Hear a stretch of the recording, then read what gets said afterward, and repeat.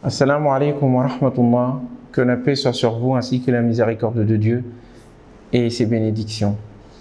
Un autre rendez-vous, un autre moment avec les prophètes en leur compagnie pour méditer, comprendre, saisir l'enseignement qui se cache derrière leur histoire, ce qu'incarne au fond leur vécu et leur vie et ce que cela nous délivre d'enseignement. Nous avons, durant les précédentes présentations, émissions, discussions et les précédents échanges, parlé d'Adam et de son histoire et de l'enseignement que l'on peut en tirer. Nous avons aussi parlé de Noé, de Hud, de Salih, de Lot et de Shuaib. Et nous avons vu au fond que ces histoires-là incarnent au fond chacune les problématiques que rencontre l'humanité dans leur rapport à Dieu, leur rapport lorsqu'il l'oublie d'ailleurs, et surtout ce que cet oubli a de conséquences dans la civilisation, dans les fondations de la cité, et ce que cela provoque aussi en termes de corruption et de décadence dans la vie. Alors, j'aimerais pour ce moment-là, pour cet épisode, pour cette conversation, cet échange que nous allons avoir, faire le point avant de passer à l'histoire d'Abraham, qui est une histoire charnière dans l'histoire des prophètes. Si vous regardez bien, de Noé à Shuaib, il est question de prophètes, de messagers qui sont envoyés à des cités établies, à des cités qui vont incarner dans leur déviance un point particulier. Mais l'ensemble de ces points particuliers se retrouvent et ont comme dénominateur commun le fait de ne point adorer Dieu seul, l'unique, et de lui associer d'autres idoles, d'autres dieux, faux dieux. Et nous avons vu que c'est le même schéma qui est explicité et qui est établi. Un prophète vient, il rappelle le principe, n'adorer qu'un seul Dieu, puis immédiatement il engage la discussion sur les conséquences de la non-adoration du Dieu unique qui va s'incarner sur un problème. Dans le cas de Noé, il s'agissait de la hiérarchisation de la société et du fait que ceux d'en haut considéraient ceux d'en bas comme des moins que rien. Allons-nous te suivre toi alors que ce sont les moins que rien, les bas de la société, les gueux de notre société, ceux qui sont tout en bas qui te suivent. Tel était le problème de la société à laquelle s'adressait le prophète Noé. Puis nous avons vu dans le cas de Hud qu'il s'agissait toujours du même problème initial, il n'adorait pas Dieu l'unique et conséquemment la déviance a eu lieu dans la civilisation elle-même, à savoir que le peuple de Ad, fier de leur force et ne voyant au-dessus d'eux rien ni personne pouvant être plus fort qu'eux, se sont mis à développer un virus civilisationnel qui,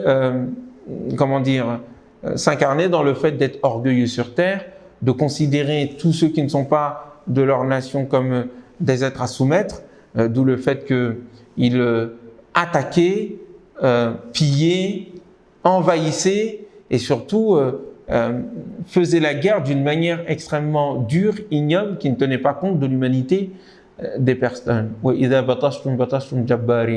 puis ils aimaient à montrer pour mettre de la terreur et du respect, en tout cas de la terreur surtout dans le cœur des peuples alentours.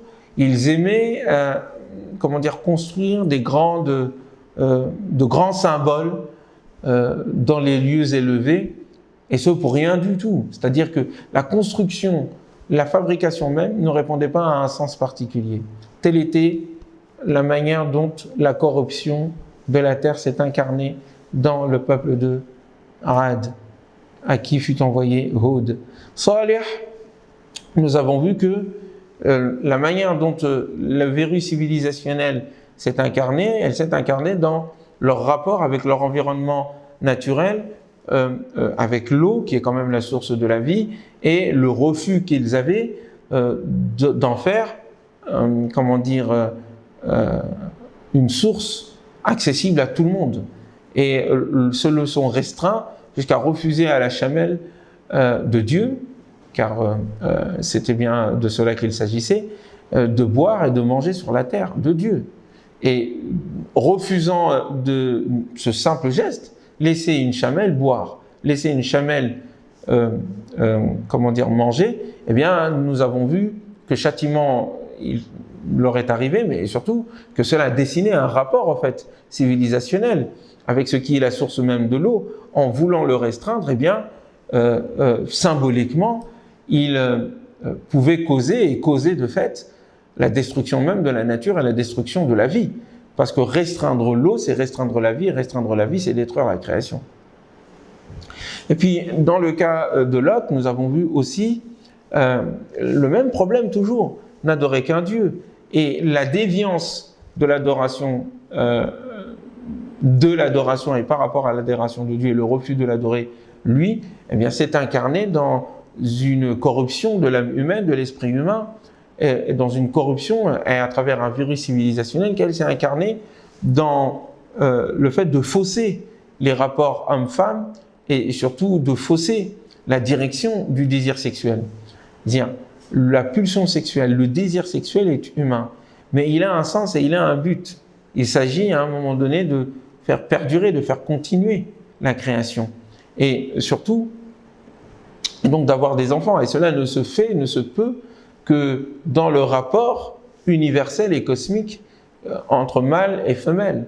Et si les mâles se détournent des femelles et vice-versa, eh bien, de fait, c'est une destruction de l'humanité et au fond, une remise en cause du principe du couple mâle-femelle qui existe dans l'ensemble de l'univers et qui fonde l'univers dans toutes ses dimensions, dans tous les écosystèmes humains, animal, végétal et autres, jusqu'au niveau atomique. Et dans le cas de Chouaïb, nous avons vu que la problématique qui était la leur était d'ordre financier et commercial. Et utilisant cet autre symbole, cet autre moyen de faire continuer la civilisation, l'eau ici, le désir sexuel là, et là maintenant la monnaie, l'argent, ce qui permet l'échange entre les êtres humains, eh bien fausser le moyen de cet échange, en faisant un but en soi, c'est-à-dire accumuler l'argent, et en faisant non pas un moyen d'échange, mais un moyen de domination. Mais ce moyen de domination aussi est un risque pour la civilisation parce que ce sont les échanges qui permettent la civilisation.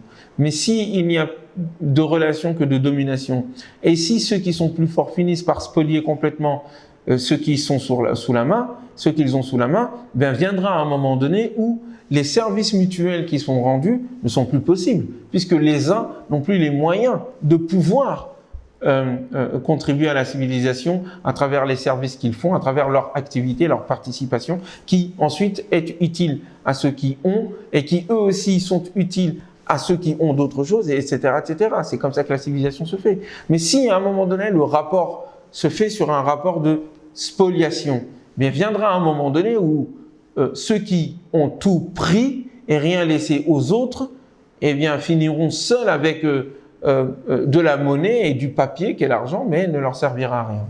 Tous ces mots sont des mots de civilisation qui, d'une manière ou d'une autre, provoquent la crise d'une société et provoquent en retour une crise ou en tout cas une solution cosmique qui est que la nature, l'environnement, le cadre dans lequel nous nous trouvons et dans lequel Allah subhanahu wa ta'ala nous a mis, le Créateur, eh bien va se retourner contre nous, puisque nous faisons partie de cet ordre-là, que cet ordre-là cosmique est fondé sur la vérité, et que fondé sur la vérité, le mensonge n'y a pas sa place, en tout cas pas de manière durable. Eh bien à un moment donné, l'injustice, si elle perdure, ne peut perdurer sans détruire en fait tout l'édifice cosmique.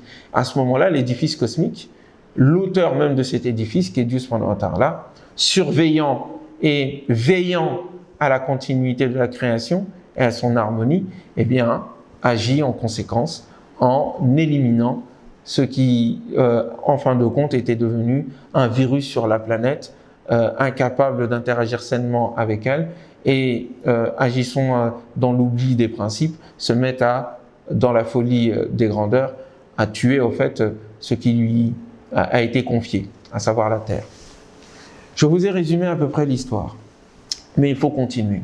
Parce qu'au fond, nous voyons que après Adam, tous ces prophètes-là sont des prophètes qui correspondent à une période de l'humanité, qui tourne autour de l'organisation de groupes sociaux, autour d'une famille, autour d'une tribu. Il ne s'agit pas ici, nous ne sommes pas à l'époque de grands ensembles d'empires qui rassemblent une multitude de peuples, une multitude d'ethnies. Nous sommes ici, dans ces différents peuples, dans des cités qui sont fondées autour d'une appartenance commune à un ancêtre commun. Nous sommes dans l'ère des tribus, l'ère des qaba'il, l'ère des nations, des peuples, mais qui ne se rencontrent pas, où chaque peuple, s'organise en collectivité autour de sa cité, avec des membres qui se reconnaissent mutuellement. Très bien. De Noé jusqu'au prophète Mohammed, jusqu'à Jésus, sur lui la paix, nous sommes dans cette période-là. La période d'Adam était la période de celle de la famille, où l'humanité s'organisait autour de la famille. Cette étape a été rapidement dépassée. Avec le prophète Mohammed, sur lui la paix, nous rentrons dans une autre étape où c'est l'étape non pas d'une nation, d'une tribu particulière à qui un message est adressé, mais d'un message universel qui s'adresse à toute l'humanité. Pour quelle raison? Parce qu'au moment de la venue du prophète Mohammed, l'humanité passe à un autre type d'organisation qui est celui des grands empires, de grands ensembles qui s'établissent sur un vaste territoire territoire qui regroupe plusieurs nations, plusieurs peuples, mais qui se reconnaissent autour d'une religion, autour d'un principe, ou autour d'une loi commune. En tout cas, de grands empires existent déjà à son époque. Nous avons l'Empire romain, nous avons l'Empire perse, il y a l'Empire de Chine, il y a de grands empires qui ont été construits auparavant avec Alexandre le Grand, etc., etc., etc. Donc nous sommes vraiment ici à une période où l'humanité devient cosmopolite, avant de devenir ensuite, pour notre époque, mondialisée et planétaire. Donc nous voyons que l'islam ici raconte, le Coran raconte, à travers l'histoire de ces prophètes-là, raconte aussi les étapes qu'a traversé l'humanité. Et pour quelle raison est-ce qu'à chaque étape, des prophètes ont été envoyés? Mais le message de ces prophètes-là, les types de messages qui étaient envoyés, avaient un même principe, n'adorer que Dieu. Et ensuite se formaliser et s'incarner de manière adaptée à la mentalité de l'époque, aux problèmes de cette cité particulièrement, et à sa conscience collective. Chaque prophète, chaque peuple a eu un prophète qui lui était dédié et donc qui lui était adapté. C'est la raison pour laquelle, je l'avais dit, je pense, dans l'introduction, le Coran indique « وَمَا أَرْسَلْنَا مِنْ رَسُولٍ إِلَّا بِلِسَانِ قَوْمِهِ » Et nous n'avons envoyé de messagers إِلَّا بِلِسَانِ قَوْمِهِ qu'avec la langue, le langage de son peuple. Et cela dépasse la langue parlée. Ça va jusqu'à la psychologie même. Ça va jusqu'à la manière particulière dont il faut parler à la mentalité particulière de ce peuple-là. Voilà pourquoi est-ce que chaque prophète a été façonné à l'aune de la mission et du projet particulier qui était le sien. Très bien.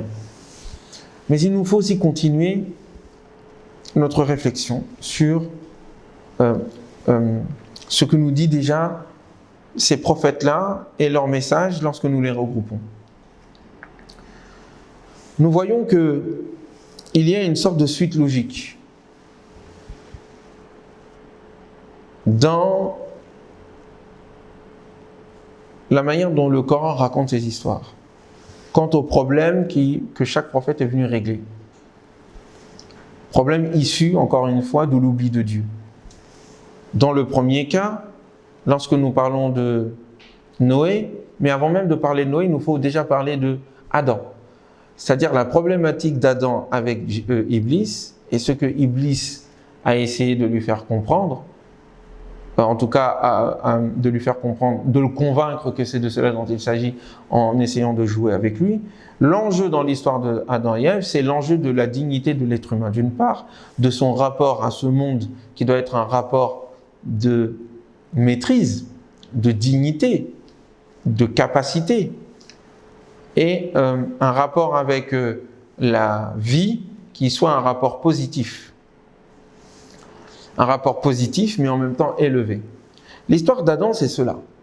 Et le combat d'Iblis contre lui, ce sera d'essayer de défaire en fait cette vision-là.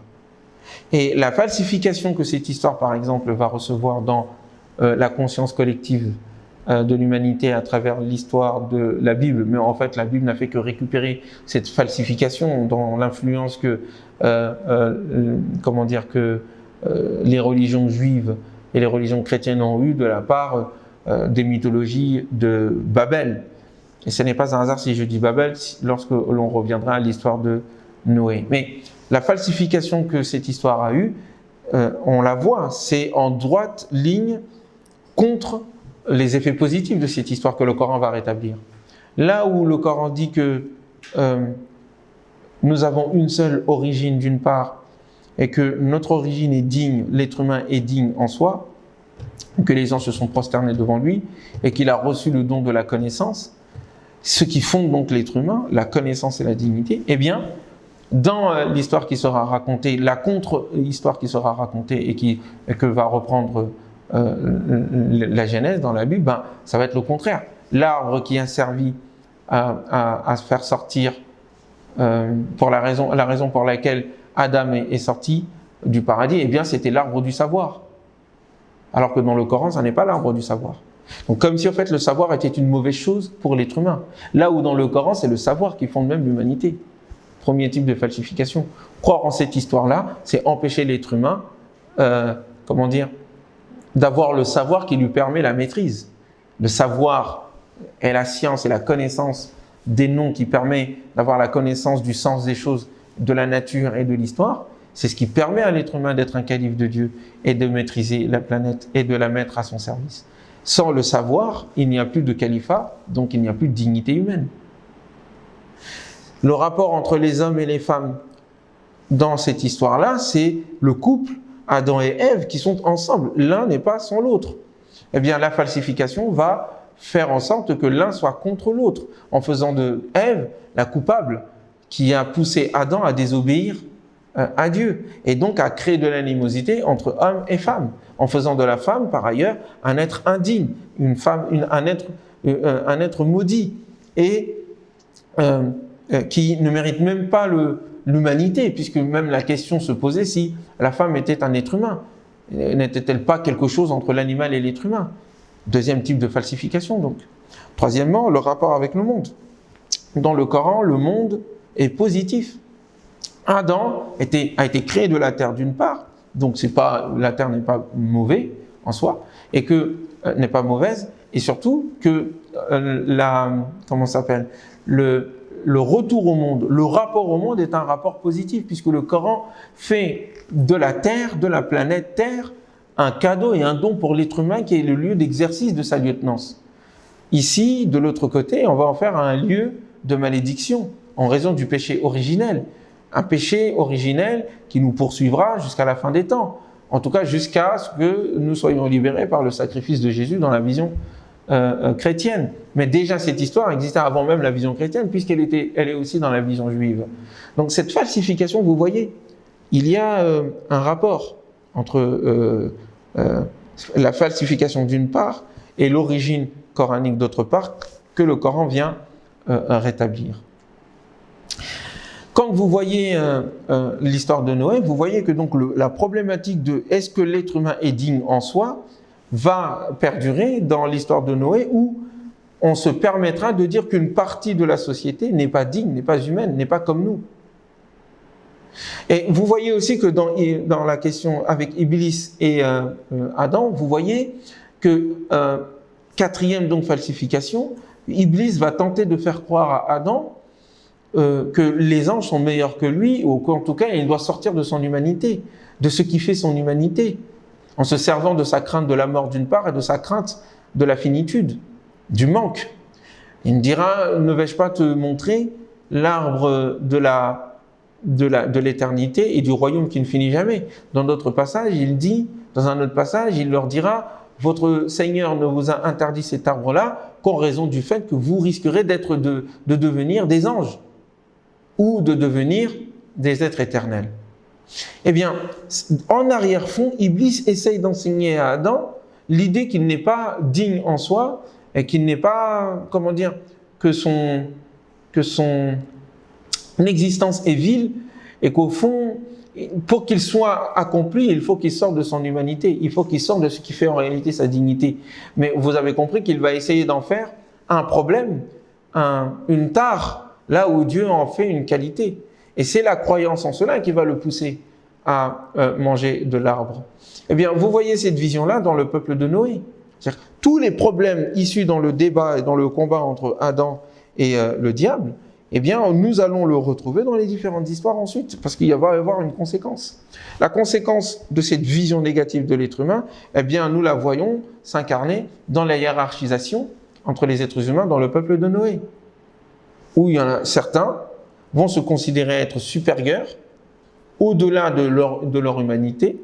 Voilà pourquoi d'ailleurs Noé leur dit « Je ne vais pas vous dire que je suis un ange ou que je détiens les trésors du Seigneur ou que je connais l'invisible. Je ne vais pas vous prétendre que je suis un extra-humain ou un surhumain ou je ne sais quoi, quel autre, ou un dieu ou je ne sais quoi.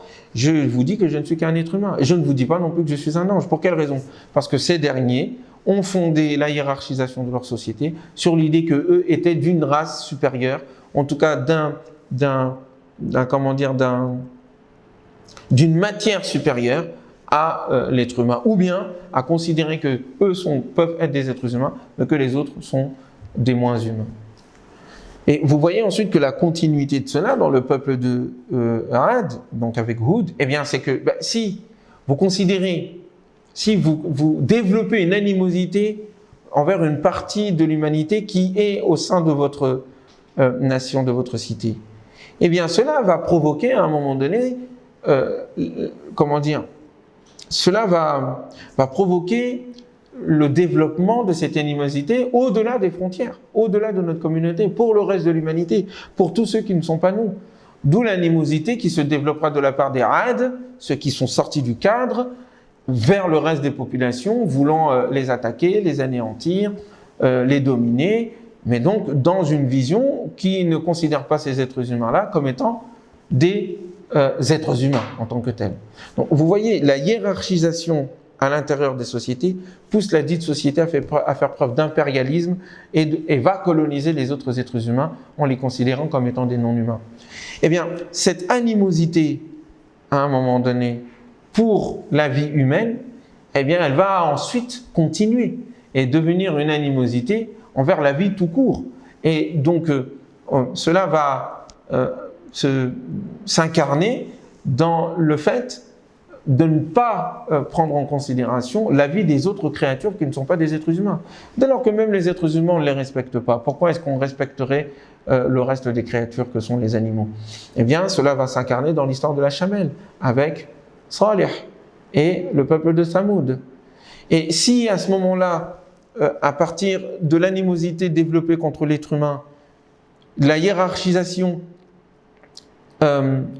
fondée sur ce mépris de la société, puis ensuite l'impérialisme qui, à un moment donné, va se développer contre toute la création, eh bien cela va se retourner contre eux-mêmes en développant, un esprit lié à l'instant et à l'instant dans l'oubli du futur et une forme d'animosité contre les futures générations en privilégiant son plaisir personnel, déviant sur le plan sexuel et en condamnant de fait potentiellement l'ensemble de l'humanité.